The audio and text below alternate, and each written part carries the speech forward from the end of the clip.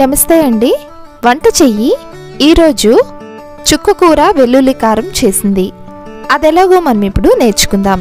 ఈ కూర తయారు చేయడానికి సమయం ఎక్కువ పట్టదు. వంట రాని వాళ్ళు కూడా చాలా ఈజీగా చేసేయచ్చు. ఇందుకోసం ముందుగా స్టవ్ మీద కడాయి పెట్టుకుని 1 టేబుల్ స్పూన్ నూనె వేసుకుని నూనె వేడయిన తర్వాత 2 మీడియం సైజు ఉల్లిపాయల్ని చిన్న ముక్కలుగా కట్ చేసుకుని వేయించుకోవాలి. ఉల్లిపాయలు వేగేలోపుగా మనం వెల్లుల్లి కారం తయారు చేసుకోవాలి. ఇందుకోసం మీరు మిక్సీ జార్ అయినా వాడచ్చు, లేదంటే రోట్లో అయినా నూరుకోవచ్చు. నేను చేసేది చాలా తక్కువ క్వాంటిటీ కాబట్టి నేను రోట్లోనే దంచుకుంటున్నాను. ఇప్పుడు ఒక 10 వెల్లుల్లిపాయలు తీసుకుని రోట్లో వేసుకుని కొద్దిగా నలిగేంత వరకు దంచుకోవాలి. వెల్లుల్లిపాయలు కొద్దిగా నలిగిన తర్వాత రుచికి సరిపడా ఉప్పు, 1 టీ స్పూన్ జీలకర్ర వేసుకుని మెత్తగా దంచుకోవాలి. నేను రాళ్ళుప్పు వాడుతున్నాను, మీరు సాల్ట్ అయినా వాడుకోవచ్చు. ఇవి బాగా నలిగిన తర్వాత 1 టేబుల్ స్పూన్ కారం వేసుకోవాలి. ఉప్పు కారం మన రుచికి తగినట్టుగా వేసుకోవాలి. ఇప్పుడు వీటిని బాగా దంచుకుంటే మనకి వెల్లుల్లి కారం తయారవుతుంది.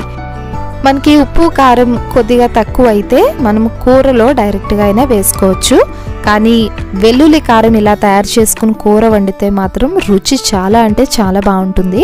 ఇప్పుడు ఉల్లిపాయలు బాగా వేగిపోయినాయి కదా, ఇందులో మనం దంచి పెట్టుకున్న వెల్లుల్లి కారం వేసుకోవాలి. ఈ వెల్లుల్లి కారం ఇలా వేగుతుంటే చాలా మంచి వాసన వస్తుంది. చిన్న మంట మీదే మాడిపోకుండా ఇలా వేపుకోవాలి. మరీ అడుగు పట్టేస్తుంటే 1 స్పూన్ నూనె వేసుకోండి. మనం వేసుకున్న నూనె అయితే సరిపోతుంది. ఒకవేళ మీకు మాడుతున్నట్టు అనిపిస్తే మాత్రం కొద్దిగా నూనె వేసుకోండి, నీళ్లు మాత్రం వేయొద్దు. ఇప్పుడు ఇదంతా బాగా వేగిపోయిన తర్వాత ఒక పెద్ద సైజు టమాటోని ముక్కలుగా కట్ చేసుకుని వేసుకుని టమాటోని మగ్గించుకోవాలి.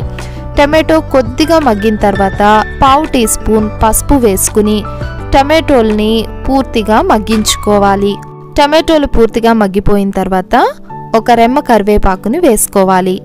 ఇప్పుడు ఇందులో 2 కట్టలు చుక్కకూరని శుభ్రంగా కడిగి చిన్న ముక్కలుగా కట్ చేసుకుని వేసుకోవాలి. చుక్కకూర వేసిన తర్వాత అడుగు పట్టదు, ఇందులోంచి నీళ్ళు వస్తాయి కాబట్టి మనం నీళ్లు కూడా అస్సలు వేయాల్సిన అవసరం లేదు.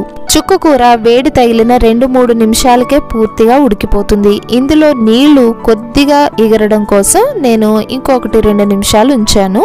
టోటల్గా 3 నుంచి 5 నిమిషాల లోపే ఈ కూర తయారైపోతుంది. చూడండి, నీళ్ళన్నీ ఎగిరిపోయి అయినా సరే మనం రైస్లో కలుపుకోవడానికి మంచి గ్రేవీ కన్సిస్టెన్సీతో ఈ కూర చాలా బాగుంటుంది. ఈ కూరని రైస్లో చపాతీలోకి కూడా సర్వ్ చేసుకోవచ్చు.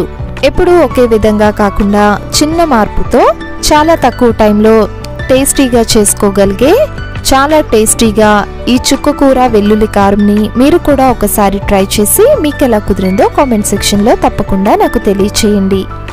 నా ఛానల్ కనుక మీకు నచ్చితే లైక్ చేయండి, షేర్ చేయండి, సబ్స్క్రైబ్ చేయండి. నమస్కారం.